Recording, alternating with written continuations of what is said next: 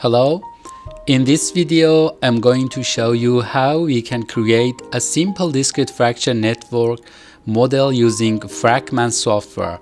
So as you can see here, the resulted model will be a simple square region containing a horseshoe tunnel.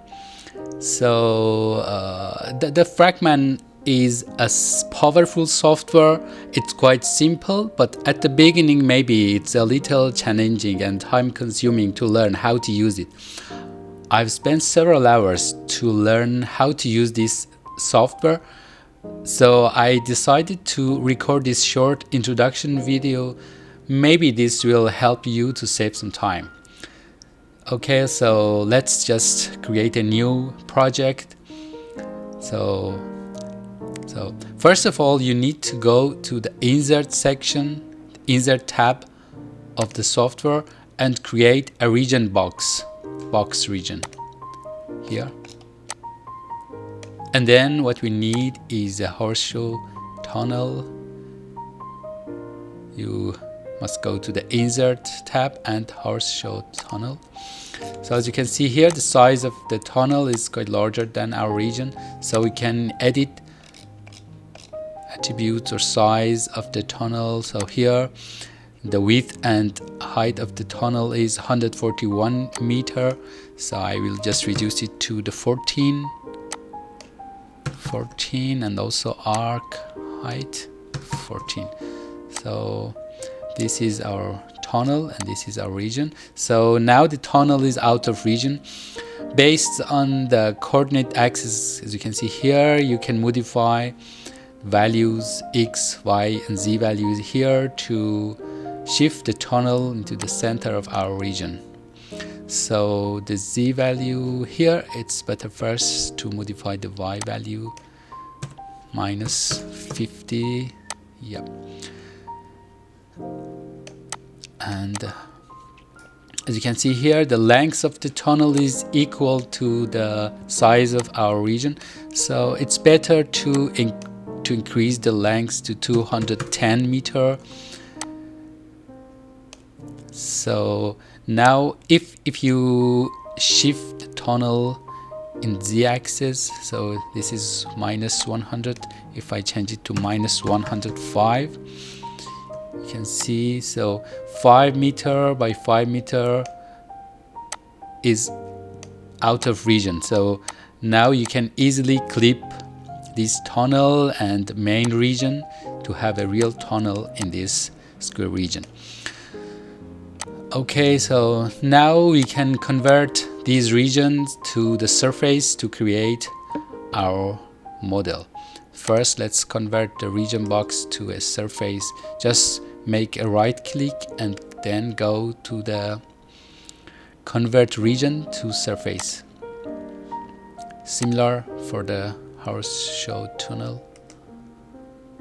Right click and convert region to surface.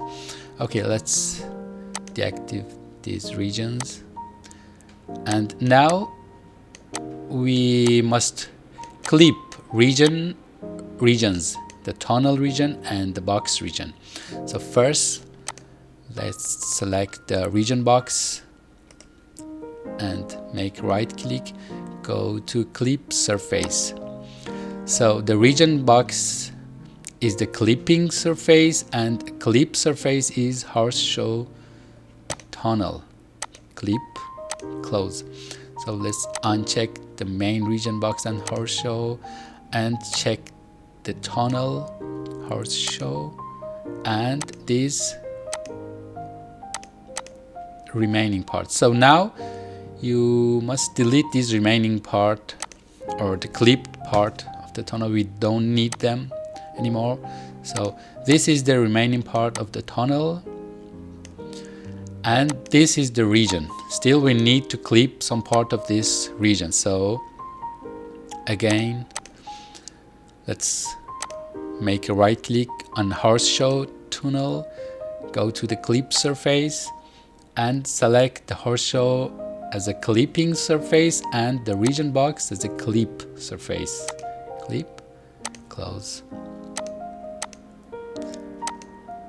Okay, so you need to delete this remaining part. Yep. And now this is your 3D surface region model, and now it's ready to generate discrete fracture network. Okay, so to generate fracture network, you must go to the fracture tab, go to the define new set, because we want to create a fracture discontinuity set, and just select the geometric option. Here you can assign a name, so just use this region box for fracture generation, and here you can assign the density of fracture 200. I can change it to 300, and the generation could be based on surface point or center point, so I prefer to change it to the center. And here you can assign the geometry. I just keep the default setting, but you can assign your own setting. Here is the number of sides. The fractures are discrete fractions, so if you decrease, if you increase the sides, you'll see some smooth discs, and if you decrease, it will return to a polygon, closed polygonal shape fractures. And the last option is termination, and here the termination probability, if you set the termination to 1, it means by 100% if the fracture meet another fracture set, it will clip, okay? It will terminate the fracture. The first fracture will terminate the second fracture's growth. So in this case, this is the first fracture set, so it doesn't work. If you generate second and third fracture sets or joint sets, it will work. Apply and then generate. So let's close it. As you can see here, this is your generated fracture network.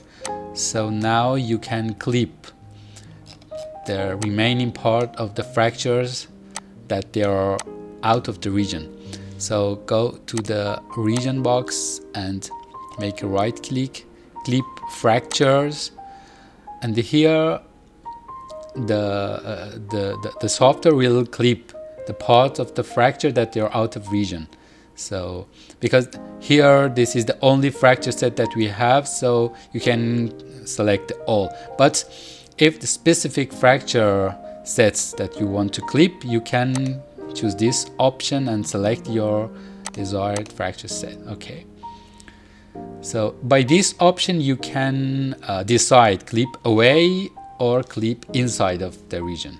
Okay, so let's just click away fractures.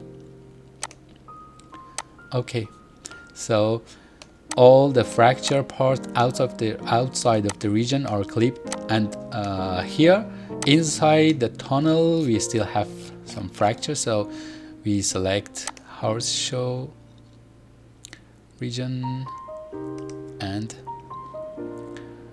clip fractures. In this case, you just need to uncheck this box. Let's see here. Press OK.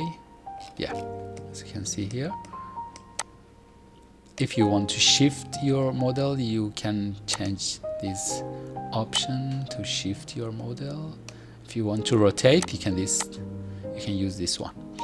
Okay, now it's ready. Let's hide our surface and see our fracture pattern.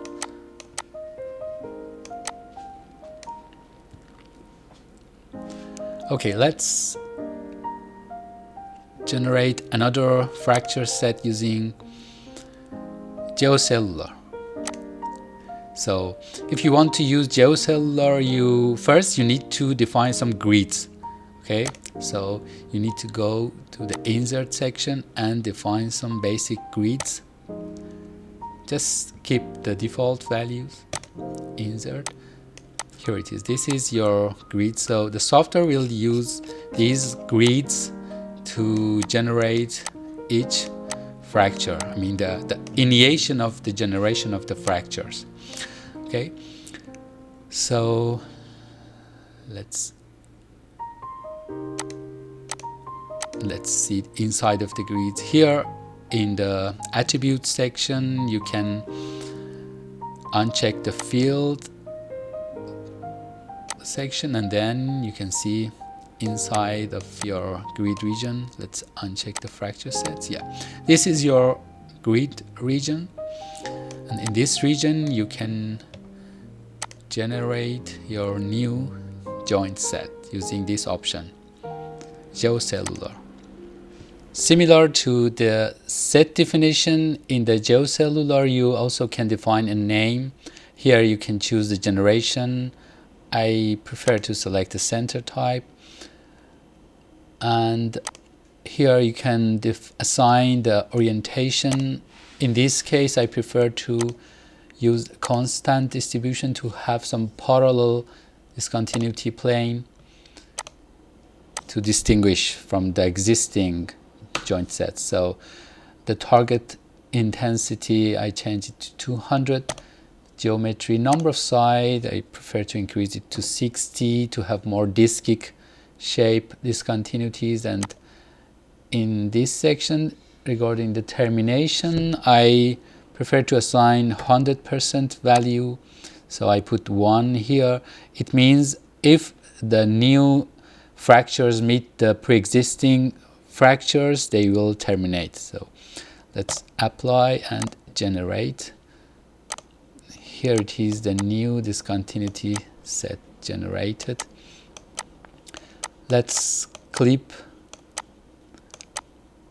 the fractures out of the boundary. So let's go to the horseshoe tunnel, right click, clip fractures. Just note you must uncheck this box to keep the fractures outside of the tunnel. Press OK, and then choose the region box, clip fractures outside of the region. OK, here it is, the fractures generated based on these grid regions. Okay, let's show back the surfaces, turn off the grids, turn on the fracture sets. Now first let's see the inside of this model. So I just choose the tunnel surface and uncheck the field option and check the wireframe, and also select the region box and uncheck the field and check the wireframe. So this wireframe shows the border or boundaries of your region, and so your region is now transparent and you can see it inside of your DFN model. Let's see the field option again.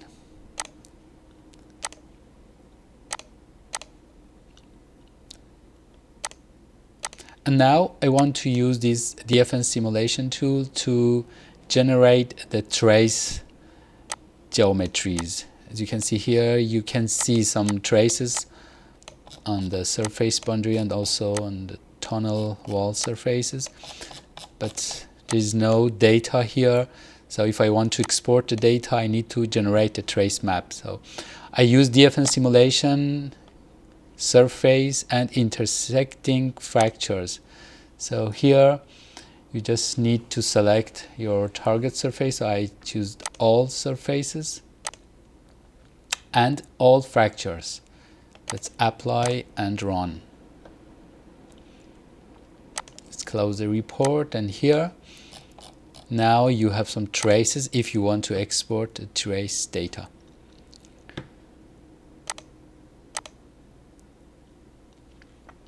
Here it is.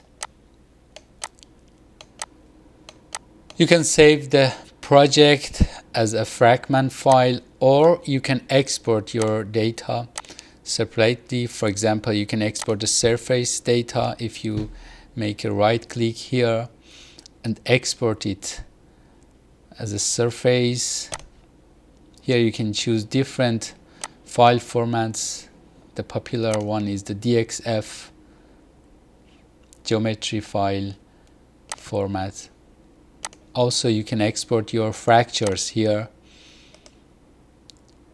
You need to make a right click and go to the export and export fractures or save fractures.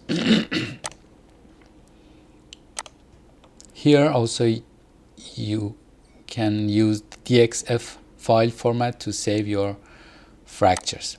Okay, thank you very much for your attention. But note that this short video was just about the geometric generation of the discrete fraction network. And if you want to know more, you can refer to the help center of the software. Here you can find some user manual, and then you can investigate in more detail about the software, because as you may know, there are different properties and attributes that you can assign to the fractures. So I hope this video can help you to save some time and then spend more time to explore the other functionality of the software. Thank you very much for your attention.